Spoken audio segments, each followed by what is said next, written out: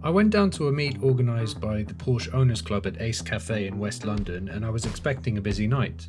There'd be rows of cars, plenty of owners to speak to, and a chance to understand what draws people to these cars in the first place. But it turned out to be a bit quieter than I expected. Even so, there was still a really interesting mix of cars. Newer models, older ones, and a few properly special examples as well.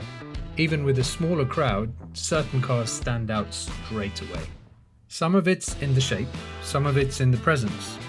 You don't need to know the specs to feel that. But while I was walking around, one car kept pulling my attention. It didn't look like the others. The front end was completely different. Lower, flatter, more angular. Really 1980s, almost a kind of Miami vibe to it. It was a Flatnose 911 and it looked absolutely mint. And it's the kind of car you don't see in this condition. It takes time, effort, and a fair bit of persistence to get it to this point. And luckily, I managed to catch up with the owner, who was a really nice guy, and he was more than happy to share the car's story with me. So it's a 1987 3.2 Flatnose 911. It's not a turbo, and it's not an original turbo from factory either. And I overheard that this was a restoration. Complete restoration. So how long have you had it? Bought it 2019, and it was a bit of a dog, to be honest. Labour of love. Labour of love, and sometimes it got tough at some points, to be honest. It got to the point where I was like, what am I doing? So I bought it online, after searching and for years and years for the right kind of project, and one popped up, and it was pre-COVID, very, very reasonable to purchase and ship it over here as well. Bought it sight unseen. Yeah. So all very exciting stuff. Perfect. And what's the one detail about this car that you absolutely love? I love the way it looks, man. It's just perfect. I mean, it didn't look like this when I got it. It was red for a start. Oh, okay. So you had it fully resprayed. Okay. Fully. I mean, everything is nut and bolt restored now by my friend Lamas, and it's been a long journey. Two years restoration to get to where we are. Is this a forever car? I don't know if any car's a forever car. Okay. But it was my poster car. Fine. So it was on the wall growing up. It was this and a Countach. Yeah, mine was a Countach. Yeah. A red Countach. Well, that's it. So actually, funny enough, mine was a red Flatnose and a white Countach. Okay. But the Countach boat set sail a long time ago. So here we are. Cool. And it's just been a wonderful experience, and to be honest, the Porsche culture and the Porsche clubs in the UK have made it much more enjoyable. Do you have anything that annoys you about this car? There's many things that annoy me about this car. Tell me your top three. Top three annoying things. The suspension is a little bit dated.